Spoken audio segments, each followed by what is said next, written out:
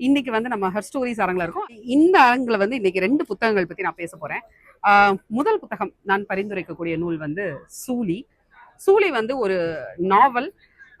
தொடக்கத்தில் her stories உடைய வலைத்தளத்தில் இது வந்து வாரம் இது வந்து ஒவ்வொரு பகுதியாக இதோடைய எழுத்தாளர் தோழர் மோனிஷா அவங்க எழுதிட்டு வந்தாங்க. தோழர் மோனிஷாவை பற்றி சொல்லணும் அப்படின்னா, ஏற்கனவே அவங்க வந்து கிட்டத்தட்ட 31 புதினங்களை வந்து அவங்க தமிழில் எழுதியிருக்கிறாங்க.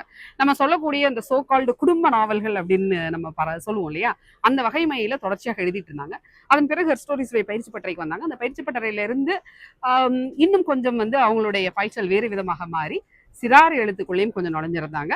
ஒரே ஒரு காட்டில் அப்படின்னு ஒரு நூல் எழுதியிருக்கிறாங்க சிறாருக்காக. சிவப்பு கரை அப்படின்னு சொல்லிட்டு முதல் பீரியட்ஸ் ஃபர்ஸ்ட் டைம் வர்றதை எப்படி சமாளிக்கணும் அப்படின்னு ஒரு பெண் குழந்தைக்கு சொல்லும் விதத்துல எளிமையாக ஒரு கதை மாதிரி அதை வந்து எழுதியிருக்கிறாங்க. இப்போ வந்து இந்த நூல் வந்து நம்ம எப்படி அப்படின்னு பார்த்தோம்னா, ஃபர்ஸ்ட் அத்தியாயமே வந்து நமக்கு நிறைய கேள்விகளை வந்து கேட்க தூணுது.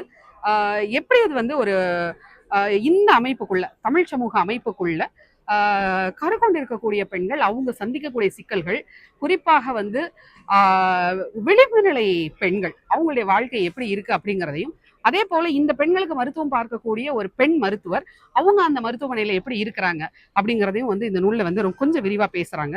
ஒரு பெண் சமூகத்துடைய பெண் சமூகத்தின் மீதான ஒரு அக்கறை ஆணாதிக்க சமூகத்துடைய பின்னணியில எப்படி இருக்கு அப்படிங்கறத தான் இந்த சூலி நாவல் வந்து விரிவாகவே பேசுது அப்படின்னு நம்ம சொல்லலாம்.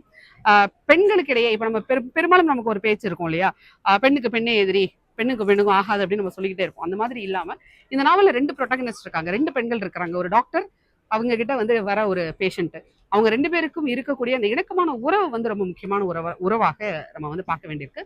இந்த நாவல் அது ரொம்ப விரிவா பேசியிருக்கு. ரொம்ப கையடக்கமான சிறு நூலாக இதை கொண்டு வந்திருக்கிறோம். வாசிக்கிறதுக்கு ரொம்ப ஈஸி.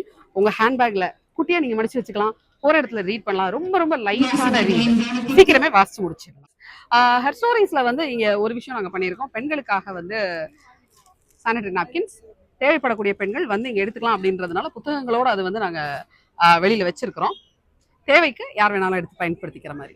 இன்னைக்கு நம்ம பேச போற இன்னொரு நூல் வந்து என்னுடைய பரிந்துரையாக வெயில் உகந்தாள் சிறுகதை தொகுப்பு.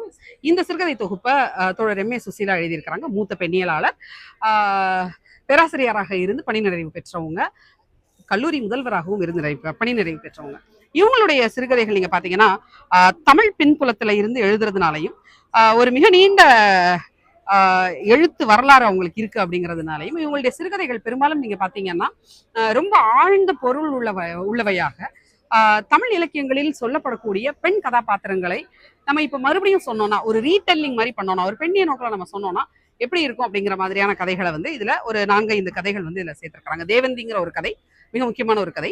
நான் இப்ப சொல்ல விரும்புறது வந்து இதுல மானிடவர்க்கென்று பேச்சுப்படில் அப்படின்னு ஒரு கதை இருக்கு. கோதையுடைய கதையை அவங்க சொல்றாங்க. வளர்ந்து விட்ட கோதைக்கு வந்து ஒரு தகுந்த வரன் பார்க்கணும் அப்படின்னு சொல்லி பெரியாழ்வார் வந்து முயற்சி பண்றாரு. அப்போ கோதைக்கு ஏற்ற மணமகனாக யார் வருது அப்படிங்கிற இடத்துல வந்து ஒரு பெரிய கேள்விக்குறி வந்து நிக்குது. ஏன்னா கோதை வந்து நம்ம எல்லாருக்குமே தெரியும், குளத்தில் கண்டெடுக்கப்பட்ட ஒரு குழந்தை. அப்போ அந்த குழந்தை வந்து என்ன சாதி, என்ன பின்புலத்துல இருந்து வருது அப்படிங்கிறது தெரியாததுனால திருமணம் அப்படிங்கிறது வந்து தடைப்பட்டு போகுது. சரியான வரன் வந்து கிடைக்கல.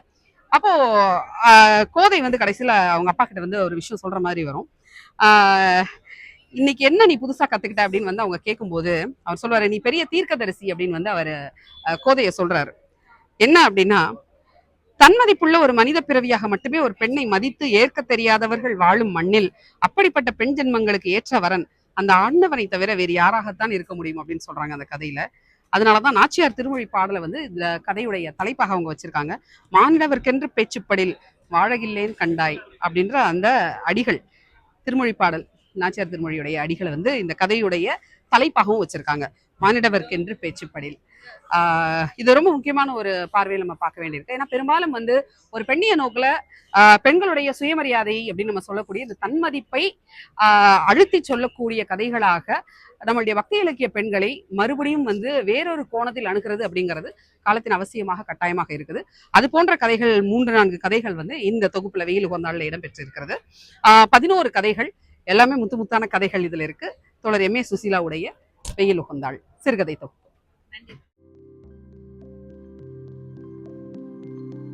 புத்தக கண்காட்சியில் திருநங்கை பதிப்பகம் 4வது முறையாக பங்கெடுத்திருக்கு.